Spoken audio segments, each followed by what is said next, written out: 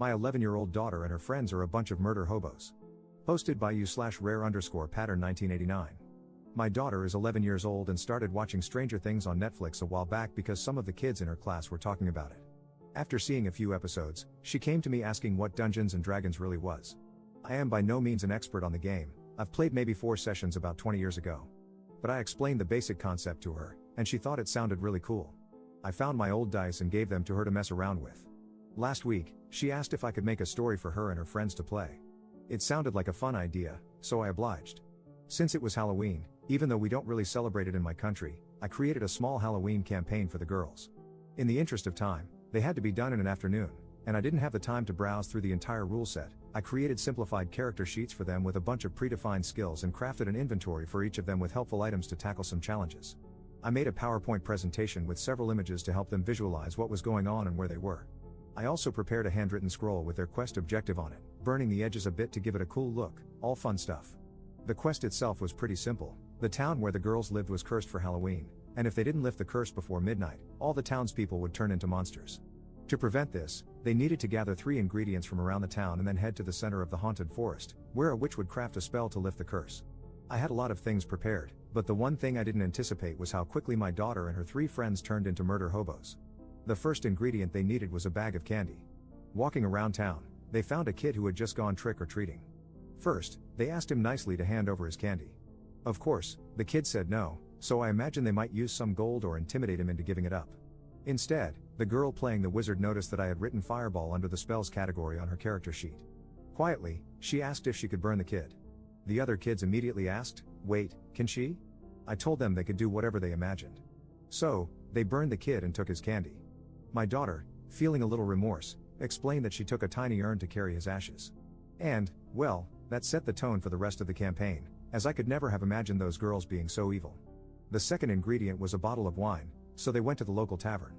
They first tried to steal a bottle, but when the stealth check failed, they decided to jump the barkeep and kill him to take the wine. The third ingredient was a dragon's tooth, which they could find in the house of an orcish warrior on the outskirts of town. Instead of knocking on the door, their first instinct was to try and kick it down. My daughter rolled a 1 on that check, so I told her she lost 1 health point because she hurt her foot. Next, they decided to break the window and enter the house that way. Of course, the orc wasn't happy with adventurers breaking into her home and attacked them on sight. They cast a sleep spell on her, tied her up with the rope they had, and took the tooth. They also decided her armor and axe were cool, so they stripped her and looted her house, leaving a naked, tied-up orc behind. At the edge of the forest, they encountered a ghost. The idea was for the girls to discover that the ghost was afraid of the dark and help him quell his fears by using either the light spell on the wizard's sheet or a candle from the cleric's inventory. After some discussion, they noticed the ghost's image on my PowerPoint, a ghostly figure dressed in a white cloak. "Maybe we should just set his cloak on fire," they giggled. So the ghost ran away, burning, and revealed the path to the haunted forest. The encounters in the forest didn't go as planned, either. They first encountered a group of skeletons dancing around a bonfire. The skeletons invited them to join their Halloween ritual dance, promising a reward. I had prepared music for this encounter, a song my daughter often dances to, and the girls immediately got up from the table to perform the dance. After completing it, the skeletons showed them the path deeper into the forest. However, the rogue asked why they weren't getting a proper reward. When the skeletons explained that revealing the path was the reward, the girls didn't like the answer and decided to teach them a violent lesson. Where I underestimated their desire for murder, I overestimated their intelligence. They arrived at a pond, where a water spirit gave them a riddle. Solving it would earn them a magical medallion to open a portal later in their quest. The riddle's answer was river, and I gave them multiple hints, emphasizing the water spirit. They still didn't get it, and when they were about to resort to alternative solutions, my wife, who had been listening in, yelled, "It's a river, you idiots." They giggled and happily accepted the medallion. Next, they encountered a giant crow who wanted some candy to feed her chicks. Unwilling to share, the crow was added to their fatality list. Then, the mage and cleric got trapped in a giant spider web. A giant spider attacked, and the rogue tried to free her friends by throwing her dagger. Each throw was a skill check, and she accidentally hit the cleric instead of the web. An epic battle ensued, culminating in my daughter mounting the spider and choking it with a rope. I let her roll for it, but when she succeeded, I explained that spiders have book lungs and don't breathe like mammals, so her plan didn't work. It was still a cool idea, though.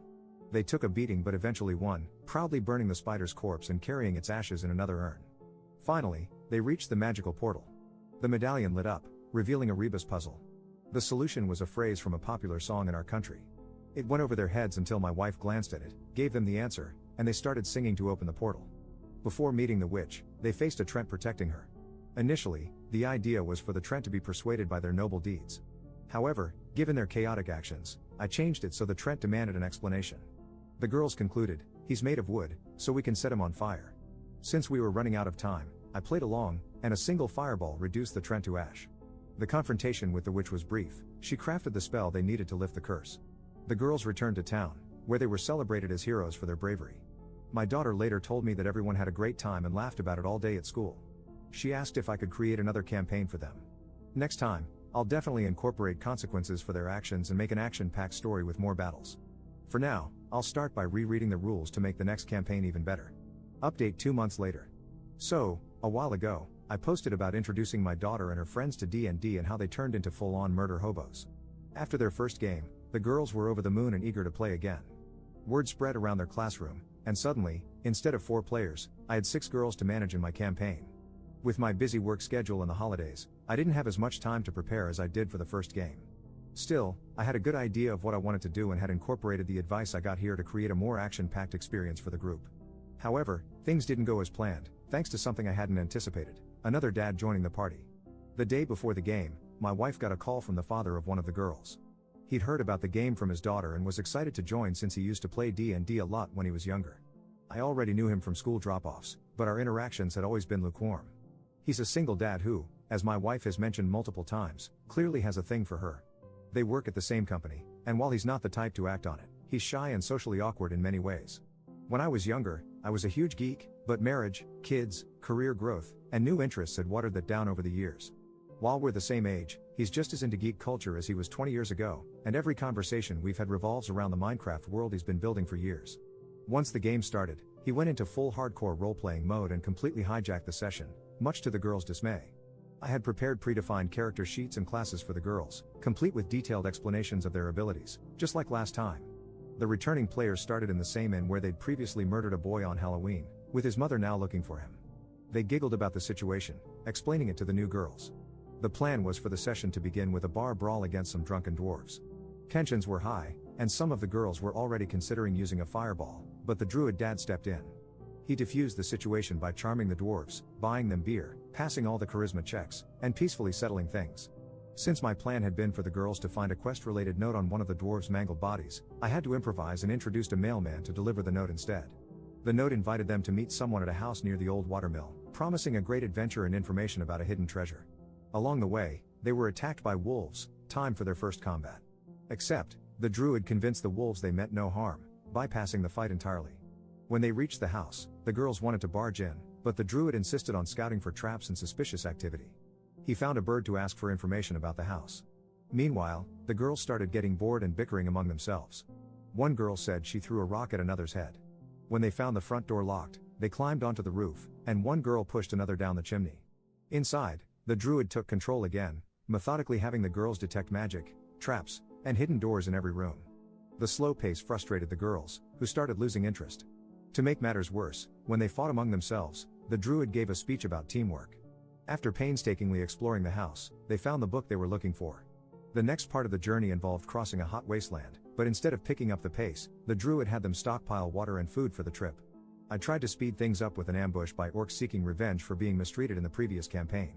But instead of engaging in combat, the druid demanded backstory, expressed empathy, and tried to resolve things peacefully. When more orcs arrived, he convinced the party to surrender and get captured. I had to come up with a dungeon storyline on the fly, but by that point, the girls had checked out. It was hard enough involving all 6 players, but with the druid monopolizing the game, the energy in the room died completely. The campaign ended abruptly, and everyone went home. Unlike the first session, there was no laughter or excitement. My daughter didn't even mention the game afterward, which was a stark contrast to the last time. I suspect that the druid dad inadvertently killed their interest in role-playing games altogether. What the girls wanted was a fun, action-packed adventure of kicking tail and taking names, but his complex role-playing and methodical gameplay completely derailed the experience. Op in the comments. I am just going to check with my daughter and see what she wants to do. With any other dad, it wouldn't have been much of an issue. You grab a beer out of the fridge during the toilet break, and it's solved in 30 seconds. I have never had any type of meaningful conversation with this guy, and unfortunately, out of all the girls at the table, can you guess which one has been best friends with mine for practically all their lives? I also don't want to be the one who accidentally causes a rift between those two.